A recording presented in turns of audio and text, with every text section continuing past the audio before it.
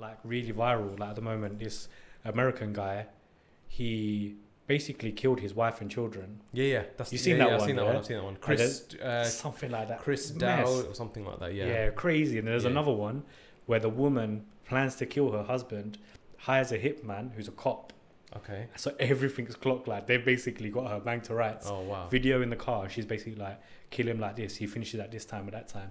They took it so deep that they basically lied to her and say, there's been an accident here at your house. Your husband's dead. And she just starts like crying and breaking down. Like it's mad. Like the whole thing has gone to shit. Bro, like, there's one. It's crazy. There's one on that channel that I was telling you about where so this woman's a police officer and they just bring her in, and you know it's on a calm one. They're like, oh, we just want to ask you a couple of questions because she's a police officer. She knows what they're doing, and basically what's happened is 20 years earlier, someone killed her ex-husband's wife, and they did a DNA test on the whatever they found, and it matched to that policewoman. Oh, and 20 years earlier, she was either just like starting in the police force, or she wasn't a police officer yet. So 20 years later, they clocked on that it's her, and they figured it. They solved the case basically that it was her. So they bring her in, and they just ask her, "Oh, we just got to ask a couple of questions about the case of your ex-husband's wife." Then she's like, "Yeah, it's fine." And literally, bro, it goes step by step. They slowly start like talking to her, and then she's like, "No, I didn't." And you just see her like it's mad, bro. And she's a police officer, so she knows what they're doing. It's another YouTube thing as well, bro. I'll send you the. I'll send you the channel, man. The whole channel has got like. Every video gets like 5-6 million views, man. Yeah. What have you watched like late? What's your favorite TV series like from today's era, basically? So like mine would be like Game of Thrones, like Breaking Bad, these kind of things. Like I watched Breaking Bad was really good. You know what? I'm just gonna check my phone. The Wire was amazing. The Wire, I never watched that. Did you watch The Wire? I've got these things rated on my IMDb account, and I always forget what I've watched. So I'm gonna. What about Money Heist? Did you watch that? I haven't started that yet. That's a decent one. You gotta watch that one. I haven't started that yet. Do you watch anything that's like let's say a bit girly, but you watch it? Yeah, a bit girly, but you watch it. I'll give you an example. Because I watch something that's a bit girly, but I watch it. Go on. But we went First Dates, and I think this is perfect for you, bro. Yeah. What show? First Dates. First Dates. Yeah. I've heard of it, and I've maybe seen a couple of episodes, but I've never watched it. Okay, bro. Let me just quickly tell you these shows before I forget. So Chernobyl. Okay, I never watched it. Breaking Bad, The Wire. Yeah. The Last Dance. Did you watch that? No. That was that Michael Jordan show on Netflix recently. Okay. Amazing. You need to watch that. True Detective Series 1. No. Bro, True Detective Series 1 is the one. I like the show that Riz was on, The Night Of. That was good. But these are bears I've not even watched. Yeah. Dark. Are these all on Netflix? Yeah, most of these are on Netflix. You man need to start paying watching more shows. To pay for Netflix, Yeah, that's my high rate. And then I like comedy ones, so like Parks and Rec and Superstore and 30 Rock. So you never watched First Dates? I would have thought a guy like you would have, with the music you release, I would have thought First Dates would have been your thing. So how many dates have you like been on in your lifetime? I've never been on a date, bro. This guy I've never been on a date. I've never been on a date, man. Hopefully one day. You need to tell us. Hopefully you need to one day. Spill the tea now. Fingers crossed. One day I'll have a date. Listen in the comments. Comment where you're gonna take Rax. Yeah, exactly. One day. One winner to go on a date. One day I hope I meet the. Have you ever been catfish? Yeah, that's a good one. Yeah, have you ever been catfish? Let's light in the middle of it. Yeah. No, hold on. Let me think. I haven't been catfished, but I know someone that was catfished, and they were catfished really badly, and I was with them when they were catfished. So I'd seen the pictures, and it was like, yeah, bro. And then when we got there, nah, bro. Was it like a double date or? No, it wasn't a double date. We just happened to be in the same place. Okay. And it wasn't that picture / video. I was like, bruv, I swear you've... Actually, let me just stop. So like, have we started, by the way? Yeah, bro, this thing is so organic. You're sitting there showing him all these YouTube shows. And I'm like, no, bro, this is so organic. Look. Matt Orchard and JCS Criminal Psychology for people like listening. Yeah. No, but it's like, bro, with the podcast, we just want to make it as relaxed and simple as possible. Yeah, I don't want it to be like feel like you're being one. Yeah, I'm bored of that because I do that all the time. Yeah. And two, it's like, I didn't want it to be like that. I want people to see us and yourself for who you are and what you enjoy, and not the same. I'm sure you've heard Oh, so who inspired you about Johnny Man? I had something recently where actually it was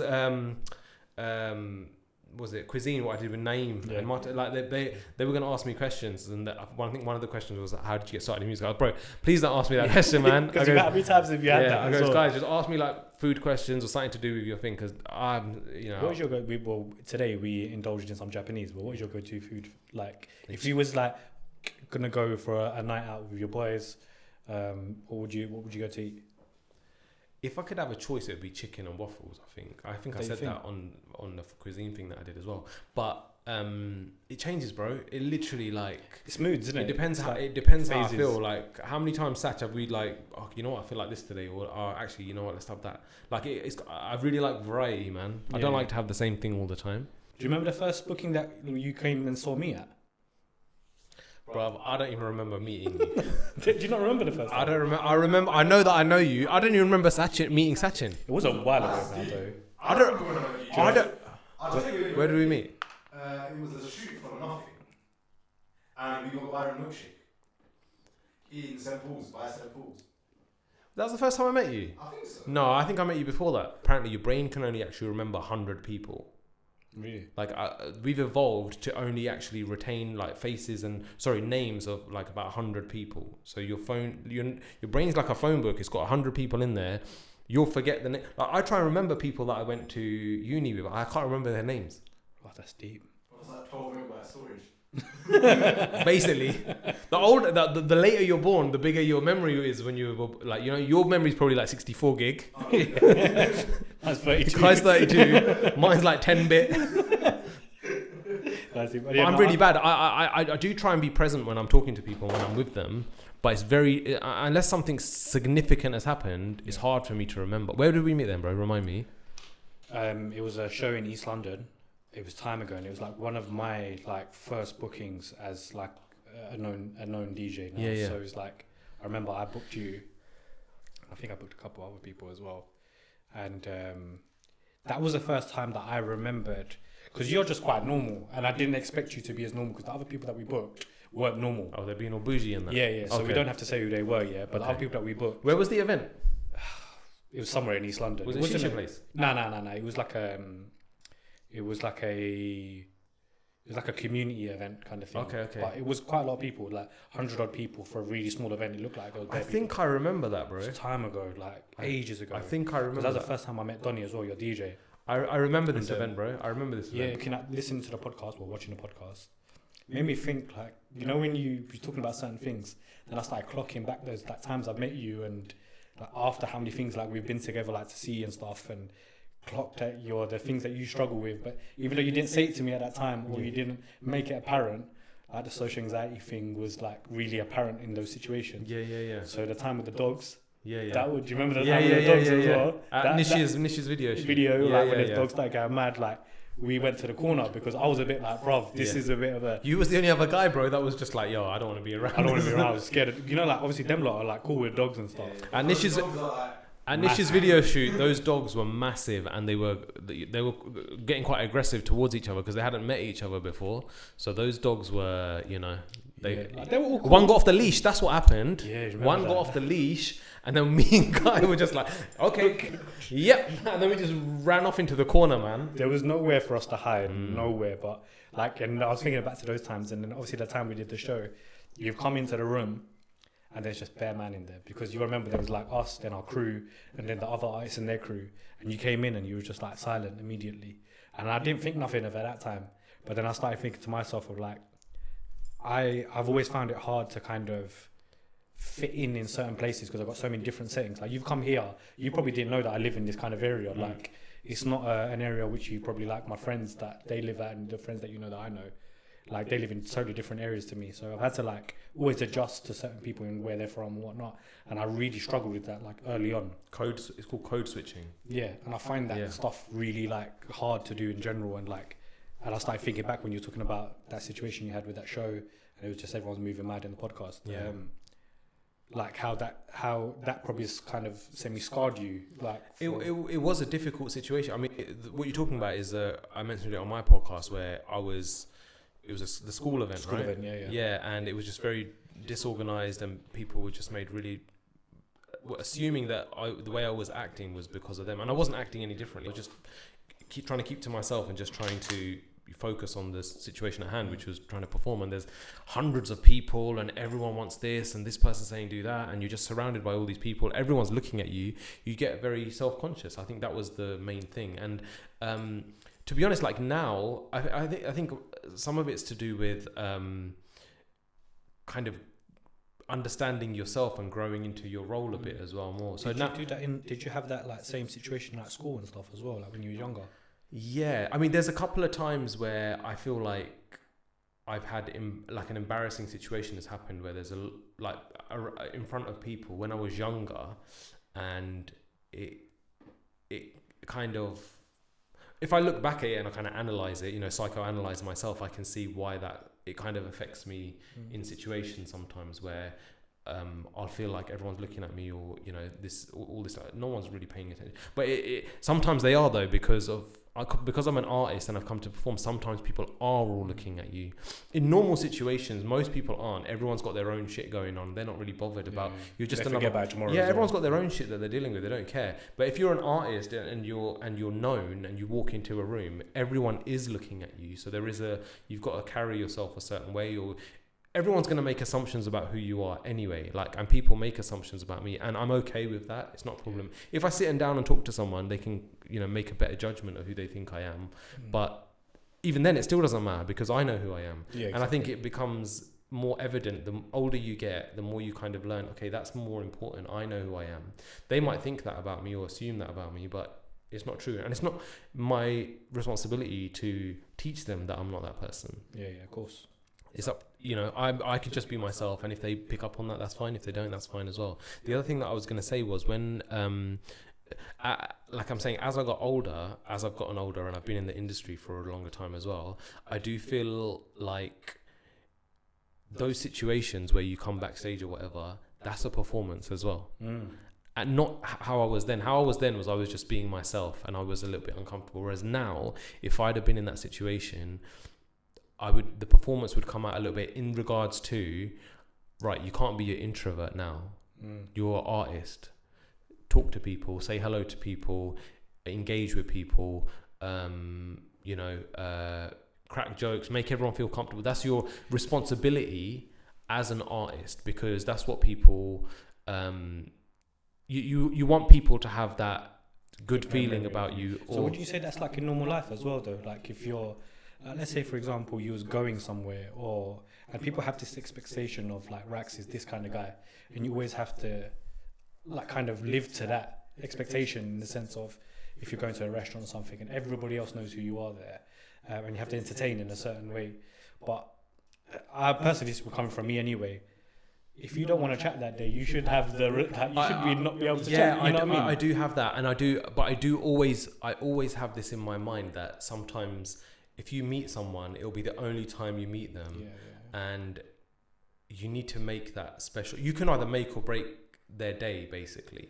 And if you can make someone's day, like I've had so many messages from people randomly, or they'll leave a comment, I remember when I met Rax and he was like really nice, or I remember, and people have got all these lovely memories, and I feel like that's what's important. Like I'm glad that I was able to give that to you and for you to have that memory of me, because that is who I am, and that's what I want to be, like, and you can have a bad day, you can be like, and I've done not bad things, but I've done certain things where I've definitely done bad things. I feel like there was a situation where I remembered recently I did something, and I was with Sunit at the time, and Sunit was like, bro, that was like a Kanye moment. Like I did something, and he was like, bro, that was like a Kanye moment. And at the time I was like, bro, like, they should have a bit more respect. It wasn't actually to do with meeting a random person. It was actually someone who was interviewing me, and I just shut it down. I was like, you know what, I can't do this interview no more. And Sunit was like, bro, that was a Kanye situation, blah, blah, blah.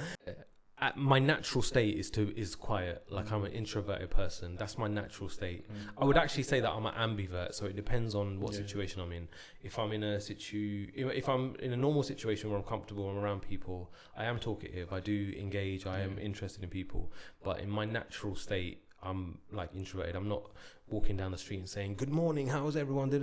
I'm sticking to myself. I'm going places. I'm sticking to myself, and I know that I have to kind of switch that off if I'm going to be in a situation where the only problem I have sometimes is when I'm in that other mode where I'm in my own little zone mode, and then someone recognizes me and I'm like, fuck. So throw me off. You have to kind of code switch. Like it's a weird thing. I have to kind of be like, okay, cool, got to switch it on now. And it's not like, it's like having to make an effort basically. And that's not a bad thing. Sometimes you have to force yourself out of that, your comfort zone, or you have to force yourself out of that. And it's still who I am, but it's just, like I said, I have to kind of switch it on sometimes. And in those situations where people know, like Rax is coming here, and I know I'm going to a show, right? Let's put it on. I've got a video shoot, right? Rax is on now, like, you know what I mean? Definitely. Whereas if I'm with my mates, I don't know. It's interesting because I have friends that are artists, and some of them are just, they want to talk to people. They're they're loud. They like that kind of attention and stuff, which is amazing. Like I love being around people like that because I feel like cool. But it's interesting because you'll see, like, I was in a situation recently where there was a bunch of artists of us together, and I was just like the quiet one sitting there. Whereas everyone else was like, I got that from you as well. Thing. Like you're the quiet guy that's there. But not that I had a problem with it or anything. I'm quite introvert myself, so I respect it if that's weirdly. I know, and some people can like kind of flip that differently. They'll be like, oh, that guy's like arrogant, or he's up himself. People will think that. But it is what it is. But it's just because I'm happy to kind of just sit back and. My mum says that about me, Yeah. She's like, you're arrogant. I'm like, why? Your mum says that. My mum says that about me. Shall I tell you why? Because and then my mum turns around and goes, oh, you're arrogant, man. You're arrogant. No one wants to talk to you. But I feel like everyone likes me in general. But be silent and like say something. Be rude. Yeah. But that's a great segue into what I was thinking next, because this is something that I didn't find in your podcast, is I want you to paint the picture of Rax 15 years ago. Sorry, when you was 15 or maybe before. Let's say Rax at 11 years old, going through school. I feel like school is a great way to find yourself, find out who you are. You sometimes find yourself a bit later as well. So who was Rax from 11 to 21, let's say? Let's say that age where you was growing up, you was finding what to do. So let's start way from the back. What did you do back when you was 11? What was your surroundings like? What was everything like back then for you? I was always a quiet person. Like even like growing as a like baby and growing up, and when I was a child, like everything that my parents told me and family told me is that they could leave me in a room and I would just quietly sit and watch TV, whereas like my brothers would be like running around, or they would leave me somewhere watching TV. And I used to love like TV. I was fully into like, I think that's where my love of like film and all this kind of stuff comes in, is because you could just put me in. I used to have this video called Time Fighters that I used to watch, Time Fighters, and a Transformers video. And I would just put them in and watch them on repeat all the time. So that was kind of like, even like getting older and older, like from that age, I was, from 11, I was that just a quiet kid. I was bright in school. Like, I remember being in, when I was in primary school. So 11's when you start high school, isn't it? Yes. Secondary school. Yeah, secondary. Yes. Yeah. What was like your, what was your area like where you lived? What was it? Very mixed. So very mixed. So same like school as well? Yeah. School was very mixed. It was predominantly white and black, and then Asian was like, sprinkles of Asian people. And we weren't all the same type of Asian as well. So growing up, my friends we were all different types of Asians, man. So I feel like it's interesting when I meet people, because people like me that grew up in a kind of more mixed environment, I feel like we're a bit more open-minded, than people that kind of grow up around just their own people. Yeah, 100%. Not everyone, but I feel like that a lot of that is because there's a lot of looking at, that person's like this, person like that. There's a lot of gossiping and that. Especially if you're like growing up around like similar kind of people, there's a lot of comparisons. This person does this person does that. That's a very inherent and Asian thing, isn't it? Yeah, I feel like it stunts your capacity to have an open mind sometimes, which can develop a bit later on. But I mean, to be honest, like 11 to 21, I would say I was still figuring myself out. Like. I look back at that time and sometimes I feel like it was just you know, it was just a daze. Like I didn't really know who I was, especially from like when I left school from 16 to when I finished uni at 21. I feel like I don't know what I was doing. What did you do at uni? Uni, I did, yeah, uni I did drama and film studies. Okay. I would never have put that. I would have thought you'd done like English lit or something. No. I did drama and film studies. What happened was like, so when I was in college, I picked 4 subjects. This is when they just launched AS levels and whatever. Yeah. So I picked 4 subjects. I picked in my first year. I picked media studies, drama, IT and business. Okay. So I was like 2 for me. Yeah, 2 for me, 2 for the family. 2 for the family, yeah. And then after my first year, I failed business and I failed IT. Actually, I think I got a C in IT. I failed business. I didn't even show up to half of those classes. And drama, I got an A, and media, I got an A. Oh, so my second year, I was like, right, I need to pick a different subject because clearly the business and IT is not working for me. So I picked philosophy. So a bit more like what I thought you would pick. So I graduated with that, and then I remember one of my tutors was like, you're going to be spending 3 years in uni studying this subject. It should be something that you're passionate about, that you're interested 100%, in. yeah. That's why I picked the course that I did, because that was actually something. I think even though like that time I picked that course and I was really interested in that, I feel like I still wasn't applying myself as I should. You know what happened actually? Now I'm thinking about it. My primary school, I was like one of the brightest in my primary school, and they were very nurturing and very like, I learned a lot in primary school. And when I started secondary school, I was learning things that I already knew. So for my first 2 years, year 7 and year 8, I didn't learn anything. So what ended up happening was I just kind of stepped back, like, chill out. I know all this stuff. I wasn't being challenged and I wasn't being pushed. I was kind of, in my class, whatever set I was, the first year was pointless completely. Like literally that whole year, they didn't teach me anything because they're trying to figure out what sets to put you in and blah, blah, blah. And then year 8 was the same. Even though I was in the higher sets, it was literally like I was in the higher set in every single subject that I took, but I wasn't being pushed. And it was all things that I knew already. So I ended up just kind of zoning out. And this happens, I've read about this happens to certain students. If they're not pushed, you just kind of like, you take a step back from studying. And that's what happened to me in secondary school. And then when it got to like year 9, I was still felt like I was learning things that I already knew. And then obviously 10 and 11, it was just all of a sudden a big like change. Like, okay, you need to know this, you need to know that. And it was like, oh, well, I haven't really been learning for like 2 or 3 years. And now all of a sudden I've got to know all this stuff to pass my GCSEs. Yeah. Growing up, there was always like issues like, I remember being called Packy all the time when I was, that was boring. Now they gotta find something new. It was what was really interesting was how like it was just normal to me. Yeah. Very, but I feel like even to this day it's a little bit normal. It's not, and it shouldn't be. It shouldn't be. Like I feel like people are not scared to say the P word. Yeah. They shouldn't say it. Full stop, because it's a horrible word to say anyway. But you will never catch them same people saying the N word. Yeah. But they wouldn't think twice, and it's just speaking generally.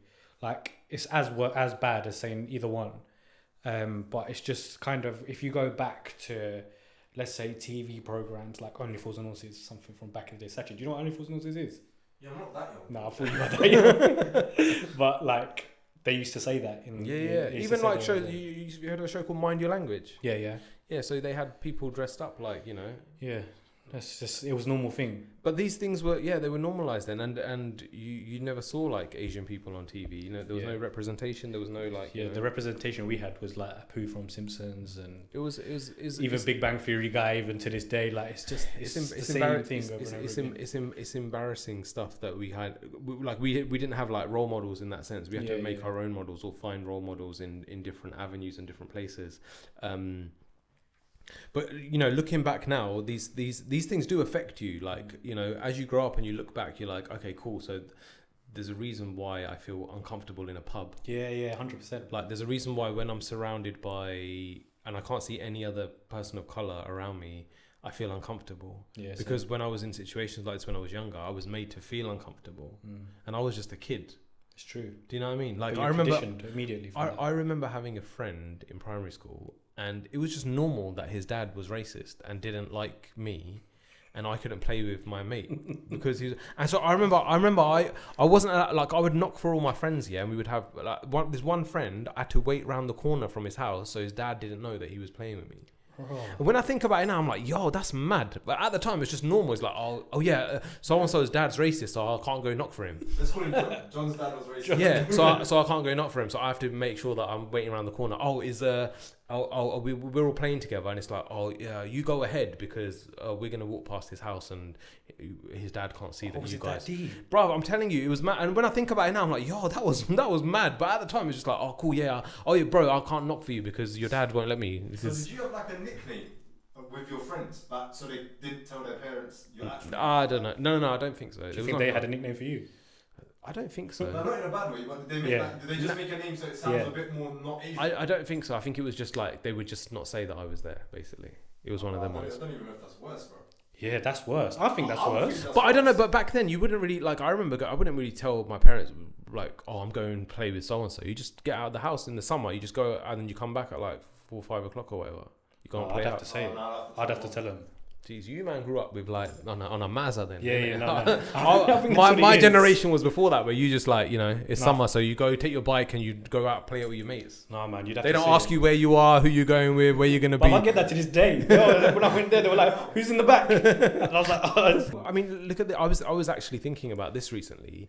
The phrase "a packy shop," that was a thing. That was a thing. I remember going and playing with one of my mates that I went to school with, and then he had some other mates who's like a white friend of mine, and he had 2 other white friends of his that I didn't know that, but they were from his area. He lived like a little further than me, and we were playing out. They were like, "Oh, let's go to the packy shop." That was the first time I heard that phrase, and I was like, "Okay," and I didn't really understand, like, that was the first time I heard it. And it's strange, but it was so normal. It wasn't like I think that's how it was on the Only Fools and Horses one, because I asked Mum. They said that's exactly what they said, the packy shop. Yeah. Go get it from the packy shop. It's been blurred out now on wherever it's at. But yeah. My mum was telling me, because that's more her time, like, she was like, that was normal for these people to say it the way that they said it. Yeah. But they didn't have animosity towards us because we lived with them. Yeah. But then at the same time, it's like, it's still othering. They're still trying to. You're not part of us. It's still the packy shop. It's still not. There, it's not it's not our shop. Yeah. It's them man's shop there, isn't it? Yeah, exactly. And that's exactly what it is. It's like making sure that there's a divide between you and other people. So it's like that kind of stuff. I'd say played with my anxiety as well. Like going forward with like whatever I'm doing. Yeah. Like whether it be like with work or school or whatever it is, like I just felt like I couldn't put myself in certain positions or places. It's because the white man or the black man, whatever it is, only has those positions. So you will never make it. You're uncomfortable. Yeah, I mean that. To be honest, bro, in creative industries, especially in this country, we're in that position. We're still to this day. Yeah, because we're not seen as equal in any regards in those kind of situations. There's tokenism, like you'll get one person go through, or you get this person go through. What I think is hilarious. You need some more tokens though, because they've used them all up. What I find hilarious though, this is I don't know if I've had this conversation with you, but what I find hilarious is, there's an analogy that I'll make as well, is when people ask Asian artists, why is there no Asian artists in the mainstream? That's like one of my pet peeves. Why is there no Asian artists in the mainstream? And this is what I compare it to. There's these talks that happen on it's called the Hollywood Roundtable. These talks that happen on YouTube, and they have a bunch of these A-listers that have been nominated for awards, or directors or actors. They have different ones, and they talk and discuss things about their films, industries, creative process. So there's one where they did the actresses one, and I can't remember who brought it up and who said these things, but they asked the women. They said, why are women paid less money as actresses than the actors? And I can't remember, like, God bless this actress, I can't remember her name, but what she said was, she goes, why are you asking us? You have a round table talk with the producers and the directors and the studio heads. Why do you not ask them? They have the power to pay us equally, and you're asking us. Well, yeah, exactly. So when people ask Asian artists, why aren't there Asian artists in the mainstream? We're the artists. We don't decide where our music gets played. We don't decide who plays our music and all this stuff. There are talented artists, if not more talented artists than certain mainstream artists that are Asian, but those doors are closed. So speak to the people who are in charge of these institutions, these labels, these radio companies, these, you know, whatever. Speak to them and ask them, why are there no Asian artists? Don't ask the artists. It's it's not our responsibility to, you know, to get in those spaces. It's our responsibility to create art, which is good and which a lot of us do. And it's their responsibility to push it and to recognize it, nurture it, and put it in these avenues, just like they do with other artists of other races. I feel like that's the same. Ran over. No, but even like with like not even just music, but like art in general, whether it be something that's like more creative, people are scared to do the brown thing because they'll get boxed in, and they feel like that's the only thing that they can do. And other people, they also think other people will think that's the only thing that they can do, when in fact they actually do X amount of other things. But then what it does is it creates such a big divide between people that do that and people that don't do that. Because the people that don't do that, they go out of their way not to do Asian stuff. They will fully distance themselves completely, and then those doors get completely blocked for anyone that is doing that because they're so far away, removed from what they're doing. So, and there's a bit of self-hate in that as well. I think people that go in those environments or get accepted in those environments, it's the tokenism. They're like, okay, I'm the one that's made it through. None of these lot is behind me gonna make it through, because then they're gonna start using them as crabs in a barrel mentality. We don't want these lot to come through as well. I'm the guy, you know, put all the praise on me. Oh, is there any other Asian, whatever it is? Nah. Ignore. They're all this and that, whatever. So it becomes like it's just a circle, man. It's been going around, and it's in different environments with different races. Like if you look at in America, if you look at black actors, there was a long time where there was only one black actor who was allowed to be the top guy. Who was that? You know, it was Richard Pryor, then it was Eddie Murphy, then it was Chris. Like you only allowed one guy. Then it was Kevin. Like at the moment, it's Kevin Hart. You know, there's like they only allow one in at a time, and I never even thought about it like that. I mean, they talk about if you listen to their interviews and podcasts and all that kind of stuff, they talk about that a lot. Like the people that are in charge have a mentality of, we're only going to let a certain amount of people through, or we're only going to let a certain type of person that we want to allow through. And with music, or especially in this country, even black like actors and artists in this country, they find it very difficult as well in this country. Sometimes you have to go out of this country, gain success, and then come back here. Don't you think that's the same with like cultures, like all different cultures as well? Like you have to go excel elsewhere, away from your current culture or whatever you do, to, you know, be respected sometimes in doing what you're doing. I think that's a shame, because we, like, especially in the UK, like I feel there's so much talent, but it's not nurtured or recognized. You have to kind of like, there's a lot of love I get outside of this country. I think we've had this conversation before, and saying we have you get a lot more love abroad than and they respect how long I've been doing it, what I've been doing. They pay attention to all that stuff, and they're knowledgeable on it, and it's nice, man. Like it's sometimes it's these things where if people are familiar to you and you're one of them, they don't necessarily appreciate it as much. And I've had these conversations. I think we've had this conversation before. I have this conversation with other artists as well. Like an artist from Canada, for example, they'll get more love in the UK, rather than in Canada. I'll go to Canada and I'll get more love than I get in the UK. Do you know what I mean? It's a lot to do with the fact that the person from the UK is a lot more relatable to you because you're from the same place. So it's more like, well, you're still from the same place that I am from. You still shop at the same place I shop. You still eat the same food I do. They're not as fancy, basically. Yeah, I mean, so they just put you. I'm not saying that you should put people above you, but they still look at you as equals or lower because you're from the same place. And so, Kai, even you were saying, like, sometimes when you look at where like we take bookings for events and stuff, it's usually outside of your local area. It's not usually like Rax. How often do you get booked for gigs in Luton? I hear you. Do you see what I'm saying? I think it's like if something's seen as exotic because it's not from you, and it's seen as more valuable as well because it's not readily available. I never even thought about that, but it's very true. Yeah. It's like when you see certain foods that are available at Tesco's and that. Say less.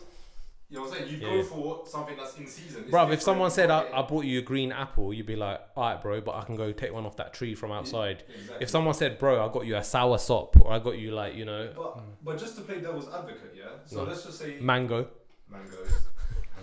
But just And if you look at our representation in any type of media, anything, it's super low, like compared to what our actual numbers are in this country, and that's not because of the people. It's not because of there aren't enough actors, bro. There's bare Asian actors. It's not because of there's no Asian musicians. There's behind the scenes there's a bunch of people doing a bunch of amazing things, but in front of the camera you won't see a lot of Asian. And they'll try and it's hilarious, these discussions, because people will be like, oh, it's because why aren't there Asian footballers? Oh, because Asians their parents don't support them doing this. Their environments aren't, their parents put them more towards medical things. Like, bruv, no, it's not that. It's because the doors are closed for us. That's what it is. That's the real thing. If you had one person break through in any of these things, the doors would be smashed open. You'd see hundreds of people coming through. Because slowly, I'd say even in film or TV or wherever, it's like the Ghuz Khans and these lot are now changing that narrative. Like you can fully watch man like Mobeen and think, cool, I can relate to this geezer, send me. I can relate to him more, 100%. Finally, there's something what Ghaz has done is amazing. It's finally feel like something. It's like one of us has kind of done something where we're not. It's not embarrassing to watch that show. Exactly. You're not watching that show like, what is he doing? You're watching that show like, bruv, that's so funny. That's hilarious. That's exactly how we should be represented. Exactly. Because I was having this conversation the other day with comedians, for example, you like comedy as well, because I saw that on your podcast the other day. So my comedy goes back, because I'll be real with you, when I was younger, I wasn't allowed out of the house for years. So that's why I asked you as well, how was your upbringing? So I wasn't allowed to come out of the house. So my weekends used to consist of listening to Limelight and Candyman in the nighttime, and then banging out YouTube for on the weekends, when I was allowed to. So I started watch bare comedy. So obviously it started off with the Eddie Murphys and stuff like that. Then the Russell Peters come out, and then you were then evolving into the Paul Chowdhury's and stuff like that. And then as you go on, and as I got older, or maybe at my younger ages, you remember Goodness Gracious Me and stuff. And I'm not taking away what they've achieved or anything like that at all, but I don't resonate with that comedy anymore. Okay. Because I feel like people use that against me. Okay. So when I look at what was the other geezer? Adil Ray did it. It was a program. What was that? Citizen Khan. Yeah. I hated that. Yeah. Firstly, I hated it because it just had such a bad picture of those Asian types of people and that religion. But it kind of people are like, oh yeah, the girl we should take her headscarf off. Yeah. So it doesn't matter if it's a Muslim girl, or if it's a Punjabi girl wearing a chunni, whatever it is. Yeah. They don't always just take it off and hiding from their parents. Them days are gone, yeah? If you don't want to wear it, you don't wear it anymore. That's the way I see it anyway, Of course, there's certain people that you have to wear it as well, whatever. But it's people only have that vision of you now. And it got on such the masses, they love, other people love seeing that stuff. And I'm like, bro, this guy is nothing like my dad. Yeah, and then that's nothing like my sister or my cousin or whatever. Marriages don't happen like that, and it's always got that dumb guy that's doing this and that. I just hate that stuff. Same with Paul Chowdhury, some of the jokes he makes, man. I'm just come on, man, but that's not us. And I get it. Sometimes people say cool, you don't understand it, because what he's trying to do is he's trying to show the other side of things so people can see how ridiculous it is. I get that. I really do get that, and I do understand that. At the same time, I'm just but I don't feel that it always has that effect. The issue is you can have all types of stuff. The problem is when you just have one type of, you're only showing one type. So Citizen Khan, I'm not a fan of it personally. Yeah. But if we had Citizen Khan, Man Like Mobeen, you got a show Top Boy, but it's got, there's Asian people involved in that. You have Asian people. If you have Asian people represented, because Asian people aren't a monolith. Yeah. We're not all like this. We're not all like that. Yeah. If you have a wider representation of what Asian people are, it doesn't matter if you like that or not. Do you know what I mean? Yeah, of course. But the issue is they only have one thing. So it's that has to be for us. We have to feel like that represents all of us, and that's where the problems comes in. Yeah, of course. So if you had it's white people don't say, oh, I don't like this show because it shows all white people like this. They have like 50 million shows, like pick this one, pick that one, pick this one. We have like 3. And yeah, it goes back they to... all portray us in a certain way. Always. Even like back to where we were talking about Line of Duty earlier, if you go further, I won't spoil it for you, but if you go further into the seasons, there's like 4 or 5 Asian people that are arrested or killed. Sorry, the first episode, the geezer's the Asian guy's a terrorist. Bro, every time. The Asian people, I've only seen the last 2 seasons, but the Asian people are always like some sideline characters. Yeah. Sideline characters, and they always end up getting either they've done something bad or they're about to bomb something. Or didn't Riz Ahmed say that he was recently turning down those roles? He was just like, yeah, I'm not doing that no more. Yeah, give me a proper role. I'm glad he doesn't have to, because he done so many of those because that's all they were giving him. Like he did that for about good 5-6 years, probably longer than that. Like he played like a terrorist in bare films, bro. It became that. And I'm not saying anything's bad with the actors taking those roles, because you know what? Get the work, getting on screen and filling those roles, but it's weird how writers and people above the actors and actresses. But you got this is what I'm saying. Like the writers, the people behind the scenes, they're not us. They're not the people that are writing. If you look at Guz's show, Guz wrote that show, bro. That's why it's his voice. That's why he's representing. He probably had people saying, "Oh, you know what? You should have an Asian guy doing this, or you should have da da da da," and he was probably like, "Nah, we're not doing that." If you want some Asian guy to do this, and the other thing is with Guz's show, like Man Like Mobeen, Tez on that, he plays like a dumb character.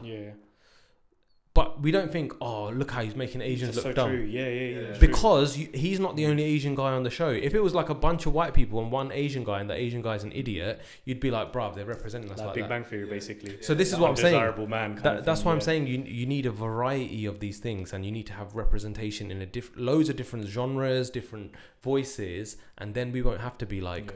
you know, that's embarrassing, or we can still say that, but we'd be like, you know what, ignore that. This is what I'm more into, or this is more representative of how I feel or what I've been through or my situation. Sorry, bro. Can I ask you a quick question?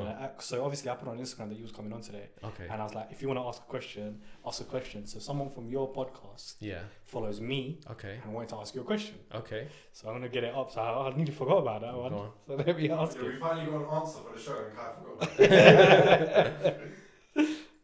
Alright, let's see. I hope it's nothing too personal. No, it's a personal one for them, but we don't know them. Okay. So it's not a question on you. Okay. It's more on what your take would be for their relationship. Oh, okay. Why do people only come for you for relationship? You know what? It's such a interesting thing. I feel like I'm good at it. Like Sach, am I good at like talking to people about relationship? Like I feel like you give good answers. I feel like my friends come to. I feel like psychology of people. Like I'm quite good at kind of understanding people. Do you know what it is? I think it's a very balanced view. Like I feel like you've got a good ability to like empathize with the situation, but also separate yourself. I can see it subjectively, and I do also like. I feel like I can kind of understand why people do certain things, like, and realize that sometimes what they're doing is not necessarily what they're coming across as. Do you know what I mean? You found it? I found it, but this person's lying as well, okay. Because they've said, "Hi DJ Kye, we love your podcast." No episodes have been released yet prior to this, Liars. They're lying about that, Could you ask Rax to help me on my dating advice? Okay, let's do it. I've never been on a date, but let's do it. So, I'm seeing somebody, not me, but the person. I'm seeing somebody, we've been together for a year. Okay. They were seeing someone while we was together. Oh, no. I knew the situation, but we never did anything together. So, okay.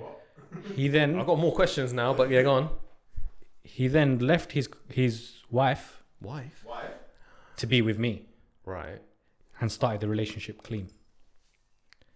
During this time, 3 months later, his ex-wife now is pregnant. What do I do, Rax? Clearly, he hasn't left his wife. So I think, judging by what I'm saying, it's a bit vague. But he's left. He's left, but obviously they've met each other. I don't think it's been like a haram thing. He's still sleeping. He's still sleeping with his ex-wife if she's pregnant. No. I think 3 months.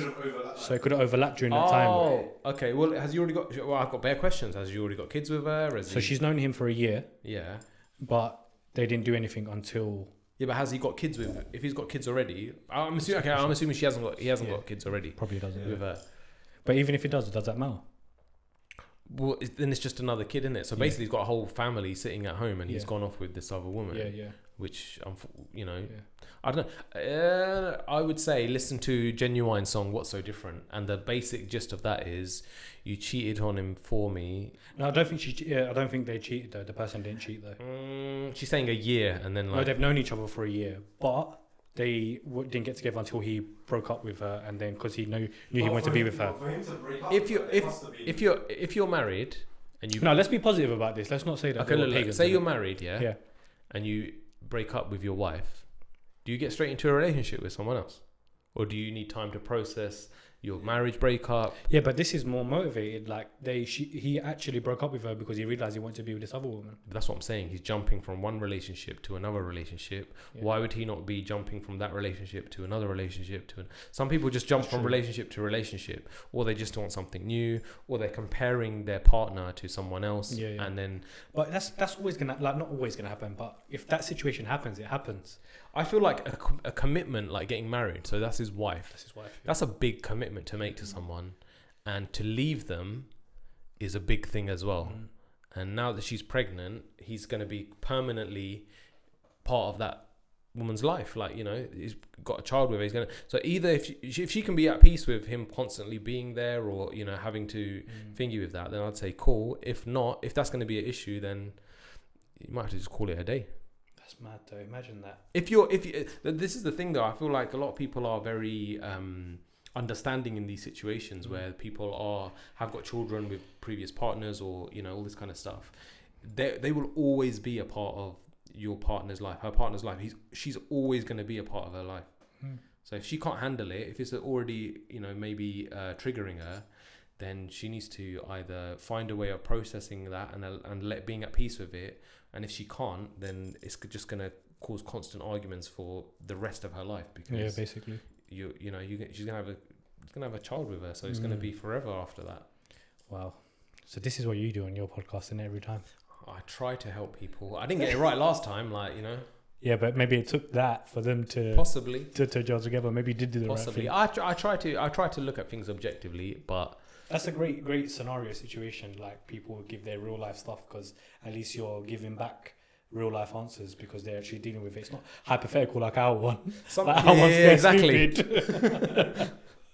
But it's cool. Who knows? We might get some real scenarios now from people. No, that's what I'm hoping, that we get scenarios like Rax's. But I can't do this relationship stuff. One, I've never been on a date. Me and you both, bro. I've never been on a date, and I don't think I've had that many women in my life, so I'm gonna be rubbish at that stuff. I've just I help a lot of my friends, like even before, like years ago, I was always helping my friends with, and I've seen so many different relationships, different environments, people, and I'm very, very interested in how people work, like why they do certain things, why they behave certain ways, what triggers things, and how like you're doing this because of this that happened to you in the past, or whatever. And in a lot of cases, it's because of someone's actions may not be because someone may shout at you, but they may be hurting because they're angry at themselves. And do you know what I mean? Things like it's that. Kind of like your parents, when your parents start switching at you sometimes, but they don't mean to switch at you. They're just upset about other things. They might have other things going on. And this is the thing. This is why, I mean, the number one thing that I'm trying to learn and I'm trying to implement and tell people of as well is you can't take anything personally. Anything anyone does, you can't take it personally. Being in the public eye, you're constantly bombarded with, good feedback and bad feedback, and sometimes really shit stuff. But you can't take any of that personally, because it's not about you. Of course.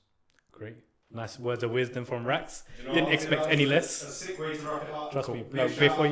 Before you go, tell us about your podcast. Where can they find your podcast? Hanji Hello podcast. Everywhere you find podcasts is there. I just remembered. I should have worn my Hanji Hello jumper today, shouldn't I, for the viewers? Yeah, you should have. Do you know what I'll do? When another artist comes on, I'll wear it then. That's it, yeah. That's it. When Drake comes onto the podcast, I'm going to wear it then. Let him know. How about that? That's it. Now, so where can they find the podcast on Instagram as well? It's everywhere. I'm on Instagram, Hanji Hello Podcast. It's on YouTube. And then everywhere you find podcasts. All the other podcast platforms as well. And your personal stuff? Personal's Raxstar. Just search it, you'll find me. You'll find him. Come on, man. Is there? Just look for the blue tick. We're good to go. You'll find it. Thanks everyone for watching. Thanks everyone for listening as well. Rax, you want to do a quick outro for us? what's your problem? The podcast. Kye, Sachin. Love it. That's Love it. Thanks everyone. See you later. Bye.